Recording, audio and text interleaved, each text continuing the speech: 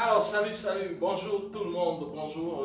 Une fois de plus, je suis heureux de vous retrouver dans le cadre de cette vidéo. Voilà, je suis toujours au Cameroun, je ne suis pas encore rentré. Non, je vais rentrer bien sûr, je ne vais pas aller au Cameroun. Ma mission en Turquie n'est pas encore terminée, donc j'ai encore des choses importantes à faire en Turquie. Aujourd'hui, je vais faire cette vidéo pour vous parler d'un truc très important. Voilà. Vous savez, lorsque on regarde le journal dans la télévision, on se rend compte qu'on a près de 95% des mauvaises nouvelles et seulement 5%, sinon moins, c'est-à-dire 1%, 2% des bonnes nouvelles. Pourquoi est-ce que c'est comme ça? C'est juste que il y a ce qu'on appelle, vous savez, quand on dit vous avez un raisonnement biaisé. Quand on parle de raisonnement biaisé, ça veut dire que on est en train d'estimer que votre raisonnement n'est pas logique. Il est impacté, influencé par les biais. Et il y a des biais qu'on appelle des biais cognitifs. Ce sont ces biais qui impactent, qui influencent le raisonnement et le rend tronqué, s'il faut le dire ainsi. Et ce qui justifie le fait que à la télévision, du moins, nous sommes toujours, l'être humain est beaucoup plus attiré par la négativité, par ce qui est mauvais. C'est ce qui nous intéresse. Si par exemple dans une télévision on passe le temps à parler de ce qui est bien, des bonnes choses, c'est-à-dire le journal ne parle que du bien, des trucs bien et tout, ça ne va pas trop intéresser les gens et la télévision va perdre l'audience. C'est ce qu'on appelle le biais de négativité. Et aujourd'hui, nous allons parler du biais de négativité. Le biais de négativité, quand le mal domine le bien, c'est le titre de cette vidéo. Alors, restez accrochés. Oui, nous avons tendance à accorder plus d'importance aux éléments négatifs qu'aux éléments positifs. C'est ça qu'on appelle le biais de négativité. Et ceci a des répercussions sur nos jugements et sur nos décisions. Nous avons tendance à accorder trop d'importance à ce qui est négatif. Lorsque nous avons des mauvaises nouvelles, on est plus accroché à les écouter que lorsque nous avons des bonnes nouvelles. Ainsi, ce phénomène psychologique qu'on appelle biais de négativité influence considérablement nos jugements et nos décisions. Oui, je sais ce que vous pensez. Vous vous dites, waouh, comment est-ce que nous pouvons être si négatifs? Non, ça c'est son bon côté. Ce phénomène s'explique en grande partie par le fait qu'il est utile. Il nous permet de détecter efficacement les dangers et les situations hostiles. Ça nous permet de nous protéger et de sauvegarder notre vie. Ainsi, il nous aide à prendre des bonnes décisions lorsqu'il est nécessaire de fuir, lorsque nous sommes en danger, lorsqu'il est nécessaire de combattre ou de se protéger. Ça veut dire que c'est quelque chose de positif quand même parce qu'il nous permet, il déclenche un peu notre instinct de survie, il nous accompagne dans cet instinct de survie. Donc il nous permet de rester en vie. Ça veut dire qu'il n'est pas quand même aussi négatif que ça. Mais sauf que il est nécessaire de se comprendre comment le négatif s'impose face au positif. Si de nombreux phénomènes psychologiques, le négatif est plus fort que le positif, c'est parce qu'il nous marque plus profondément. En effet, le traitement cognitif des faits négatifs apparaît bien plus complexe que celui des événements positifs et mobilise donc plus de ressources cognitives attentionnelles. Lorsque vous devez parler de quelque chose de négatif, vous mettez plus d'énergie à en parler que lorsque vous devez parler de quelque chose de positif. Alors, il y a plus de nuances, ça suscite plus d'intérêt par ricochet. De ce fait, nous avons tendance à mieux mémoriser les faits négatifs. C'est-à-dire, lorsqu'on vous raconte une très mauvaise histoire, une histoire négative qui suscite des émotions négatives en vous, vous êtes plus enclin à retenir les méandres, tous les détails de cette histoire en fait. Mais par contre, il y a trois facteurs qui permettent de déterminer le biais de négativité. Premier facteur, c'est la différenciation négative. Le concept de négativité est plus complexe et élaboré que celui de positivité. D'ailleurs, le vocabulaire relatif au mal est beaucoup plus riche que celui relatif au bien. Vous pouvez vérifier vous-même.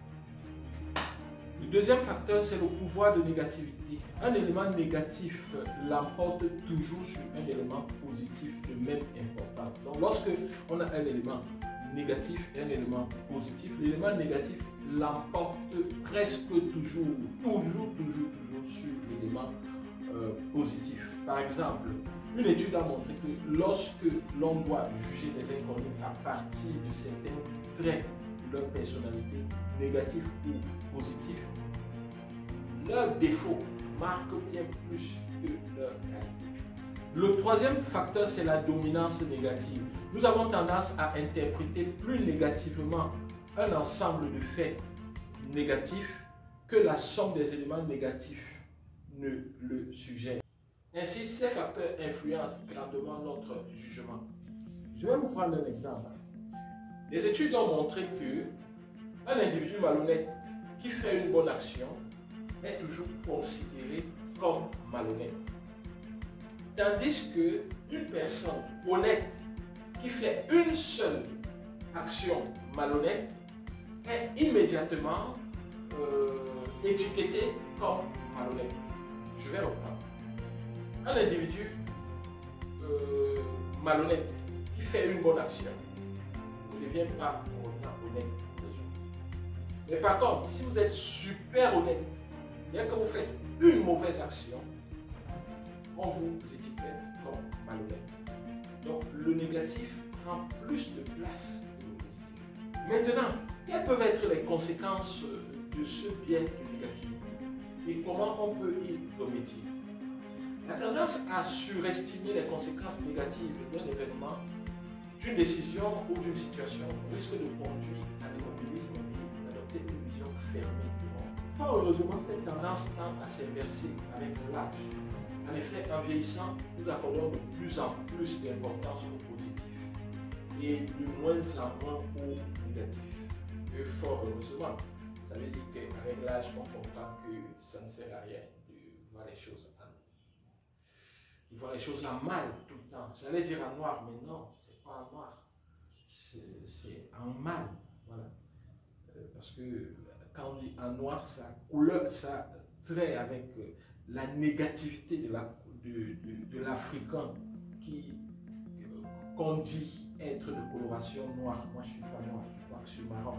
Le blanc n'est pas blanc. Il est peut-être jaune, pas blanc. Donc, taxer les gens par leur couleur, c'est justement le rapprochement, c'est l'une des exploitations de ce biais de négativité dont je suis en train de parler. Le fait que ce phénomène baisse avec l'âge, c'est-à-dire plus on vieillit, plus on a tendance à voir les choses en bien plutôt qu'en mal. Certains chercheurs expliquent par le fait que, vous voyez, puisque les phénomènes négatifs prennent plus de temps et sont plus complexes à traiter, ils se disent que donc avec l'âge, on cherche à se faciliter la vie. Et du coup, en voulant se faciliter la vie, on évite de traiter des faits négatifs qui sont très complexes. On va vers les faits positifs. D'autres chercheurs expliquent ça par le fait qu'on a juste envie de vivre des bons moments, alors on évite des mauvais moments. On évite de ruminer des faits négatifs pourrissent la vie, on a envie de jouir de notre vie, de profiter de la vie.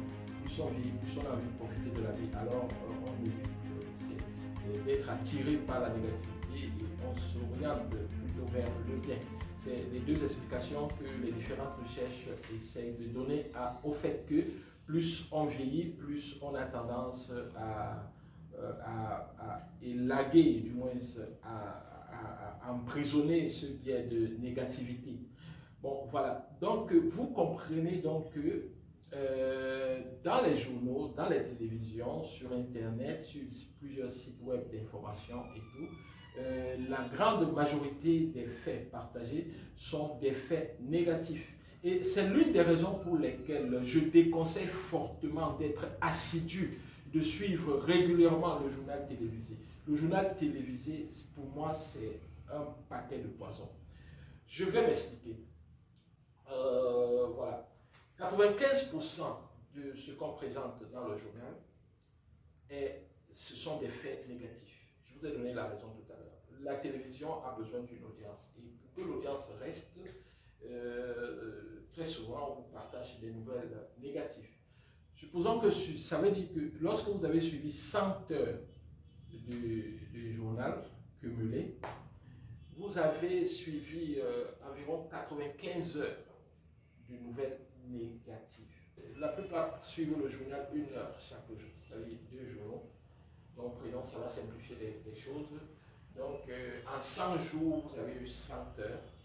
Donc, puisque l'année a 365 jours, et ces nouvelles négatives-là, que vous avez ingurgitées comme ça pendant votre vie, vous avez 280, pratiquement 300 heures de nouvelles négatives dans l'année. Ça vous pourrit la vie. Comment est-ce que vous pouvez ingurgiter un poison comme ça tout le long de votre vie?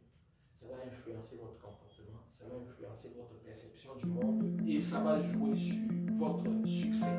C'est la raison pour laquelle je demande de bloquer ce journal et de rester concentré sur les faits positifs. Vous comprenez donc, conviendrez donc avec moi que ce professeur que je vais pas citer, qui s'offusque sur une chaîne de télévision,